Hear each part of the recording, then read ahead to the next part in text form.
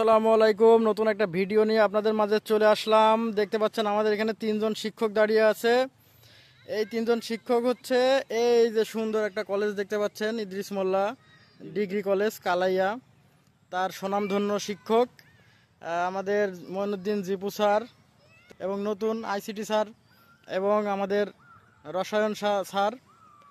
এখন আপনাদেরকে যে জিনিসটা দেখাবো সেটা হচ্ছে এই যে দেখুন, মালামাল দেখতে পাচ্ছেন, খোয়া চলে এসেছে, ইট ভাঙা এবং এই যে বালি এবং একটা সাদা বালি চলে এসেছে। এই কাজগুলো দেখাশোনা করছেন আমাদের এই যে তিনজন শিক্ষক, তারা তত্ত্বাবধায়ক আছে। বাউন্ডারি হবে এই কলেজের, এই যে দেখতে পাচ্ছেন এখান থেকে শুরু করে একদম মাঠ ফাঁকা, দক্ষিণ অংশ এই ফাঁকা। আমরা এই যে মহিষ চলে আসে কলেজের ভিতরে, আমরা এটাকে প্রোটেকশন দেওয়ার জন্য আমরা এই জায়গায় কি দিব, বাউন্ডারি দিব।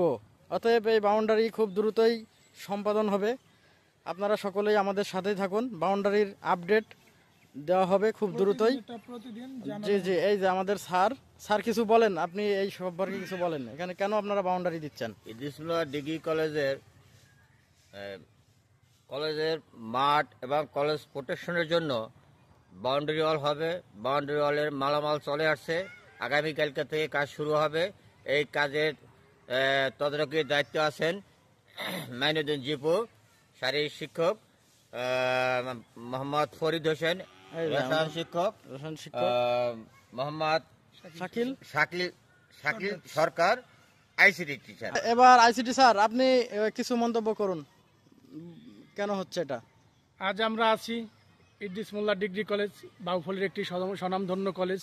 1986 সাল থেকেই সুনামের সহিত এই কলেজ আমাদের শিক্ষাদান করে আসতেছে। সেই সুনামের সাথে সংযুক্ত হতেই এখানে কিছু অবাঞ্ছিত মানব, কিছু দুর্বৃত্ত, জন্তু জানোয়ার যখন তখন আমাদের এই মাঠে প্রবেশ করে থাকে। তাদের প্রতিরোধ করার জন্যই আমরা 7 ফিট উঁচু একটি দেওয়াল নির্মাণ করিতেছি। এই বাউন্ডারি আমাদের পশ্চিম থেকে পূর্ব পাশে টানা হবে, যাতে এদেরকে আমরা প্রতিরোধ করতে পারি।